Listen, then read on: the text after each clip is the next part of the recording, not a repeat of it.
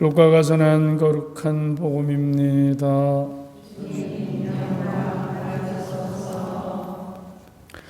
그때 예수님께서 군중에게 말씀하셨다.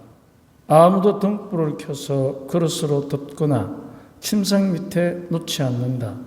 등경 위에 놓아 들어오는 이들이 빛을 보게 한다. 숨겨진 것은 드러나고 감추어진 것은 알려져 환히 나타나기 마련이다. 그러므로 너희는 어떻게 들어야 하는지 잘 헤아려라. 정녕 가진 자는 더 받고 가진 것이 없는 자는 가진 줄로 여기는 것마저 빼앗길 것이다. 주님의 말씀입니다.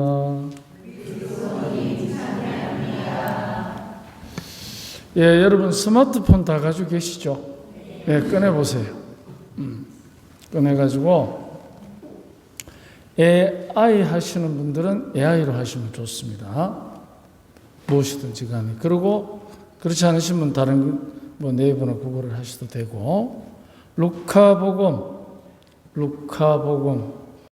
8장 16절에서 18절, 루카복음 8장 16절에서 18절을 기호학적 렉시오 디비나로 분석해줘.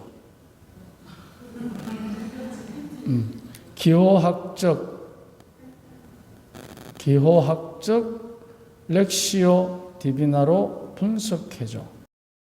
루카복음 8장 16절에서 18절을 기호학적 렉시오 디비나로 분석해줘. 나오죠? 거기에 보면 이제 뭐 각각에 따라서 좀 다르겠지만 중요한 몇 가지 기호가 나옵니다. 기호. 오늘 복음에서 보면 기호가 중요한 게 몇 가지가 있는데 뭐죠?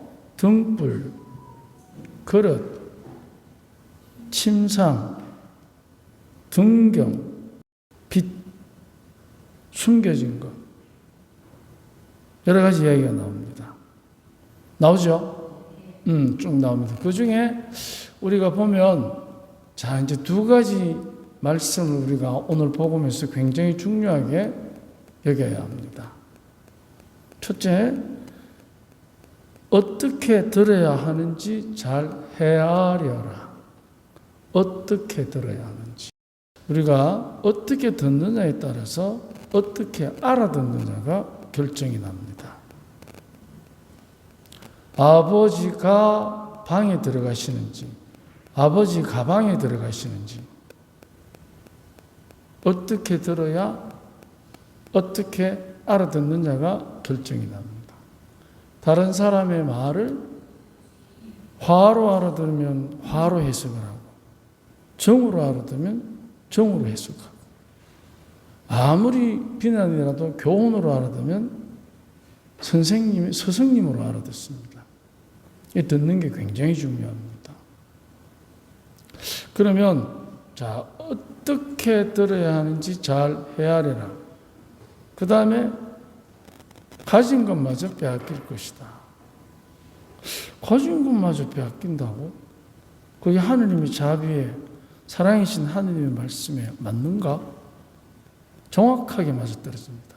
왜냐하면 이제 우리가 그 전체 복음의 구성을 연결해 보면 빛, 그 빛이 뭘 뜻하겠습니까? 그게 뭘 뜻한다고 나오죠?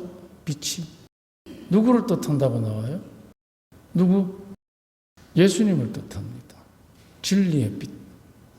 그렇기 때문에 그 진리의 빛은 감춘다고 감춰지는 게 아닙니다. 그런데 우리가 진리의 빛을 어떻게 알아듣느냐? 양심적으로 알아듣느냐? 헛소리로 알아듣느냐? 이거에 따라서 내가 양심적인 사람이 되느냐? 아니면 내가 듣기 싫은 소리는 듣지 않고 듣고 싶은 소리만 듣는 사람이 되느냐가 결정납니다. 그런데 내가 안 듣는다고 해서 그 진리의 빛이 대박으로 덮여지거나 침상 밑에 감춰지지 않습니다. 없어지지가 않습니다. 그 빛은. 그렇기 때문에 우리가 없어지지 않는 그 빛은 이제 분명히 뭔가를 비출 것입니다. 뭘 비추느냐? 아마 내 양심을 비출 것입니다. 내 양심을 비추게 되면 이제 양심적인 것과 양심적이지 못한 것에 대한 빛과 어둠이라는 두 개의 공간이 생길 것입니다. 비양심적인 어둠의 공간과 양심적인 빛의 공간. 과연 나는 어디에 서 있을까? 어디에 머물러 있을까? 양심적인 빛의 공간은 이제 그 공간에 서 있으면 빛으로 모든 것을 알아듣습니다. 즉, 양심적으로 알아듣습니다. 그러면 그때부터 내가 그 양심의 빛에 의해서 모든 것을 알아듣습니다. 왜? 그 빛이 그렇게 만들어 주는 것입니다. 그게 바로 은총입니다. 그러면 그 양심의 빛으로 모든 것을 알아들으면 상대가 어떤 말을 하든 내가 양심적인데 약으로 쓰지 비양심적인데 독으로 쓰지는 않는 것입니다. 그럼 우리가 모든 주위의 말을 양심적으로 알아들으면 내한테 얼마나 약이 되겠습니까?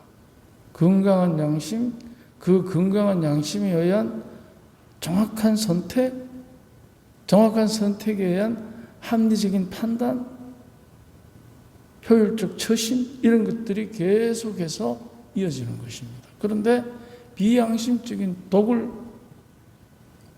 어둠의 비양심적인 곳에 머물러 있으면 모든 게 양심적으로 듣는 것이 아니라 비양심적으로 듣기 때문에 비양심적인 것은 반드시 비난과 대립을 양산합니다.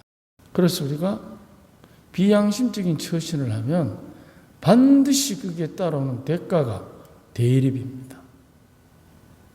반드시 따라옵니다. 자, 그러면 대립을 경험하는 사람과 모든 것을 받아들이는 일치를 경험하는 사람, 이 두 사람 중에 누가 더 가진 것이 많겠습니까? 답은 나와 있잖아요. 일치입니까? 대립입니까? 일치겠죠. 그럼요. 그래서 우리가 어떻게 알아듣느냐? 양심적으로 라는 말이 그 빛이라는 것이 우리를 비양심으로 이끌지는 않습니다. 그렇지 않겠습니까? 내가 비양심적인 것을 선택하는 것이지 빛은 우리를 항상 양심으로 이끕니다.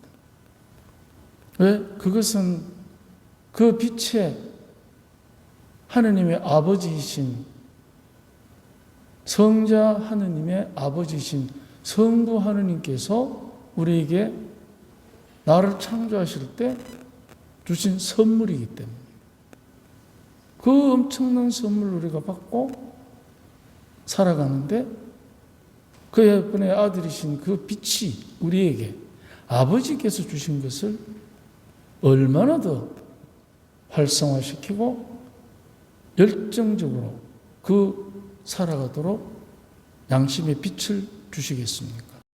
그러면 이제 여기에서 양심적인 사람은 더 받습니다. 일치를 계속 이루어가니까 사람과 사람 사이에서 돈보다 더 귀중한 신뢰를 얻게 됩니다. 일치. 그게 정이라는 것입니다. 정. 정이 많은 사람과 매정한 사람의 차이를 한번 떠올려 보십시오. 가진 것마저 빼앗길 것이다. 주님께서 앗아가는 것이 아닙니다. 주님께서 빚이신데 뭐 개인이 가진 걸 앗아가시겠습니까? 그 바쁜 양반이 개인이 뭘 그 가진 게 그렇게 탐이 난다고 앗아가시겠습니까? 그런 뜻이 아니고 스스로 자멸하는 것입니다. 메마른 사람은, 매정한 사람은 자멸하지만 다정한 사람은 스스로 그 많은 것들을 더 가지게 됩니다. 그렇다면 우리가 우리에게 오시는 그 주님이신 빛, 그 빛을 우리가 항상 받고 있다는 것을 꼭 기억해야 됩니다. 그게 바로 은총입니다. 그래서 은총을 받은 사람은 다른 사람의 말을 항상 내가 회개하는 스승으로 삼습니다. 무슨 말이든. 그런데 빛의 반대에 서 있는 사람은 회개의 스승으로 받아들이는 게 아니고 비난의 원수로 봅니다. 그렇기 때문에 쉽게 다른 사람의 비난을 못 받아들이는 것입니다. 내가 혹여 남의 비난을 가슴에 품고 살거든, 아, 내가 지금 비양심적인 어둠에 서 있구나. 자, 그러면 거기에서 나오는 행동들하고 빛에 서 있는 회개하는 사람들의 처신하고 다정과 매정이지만 그러나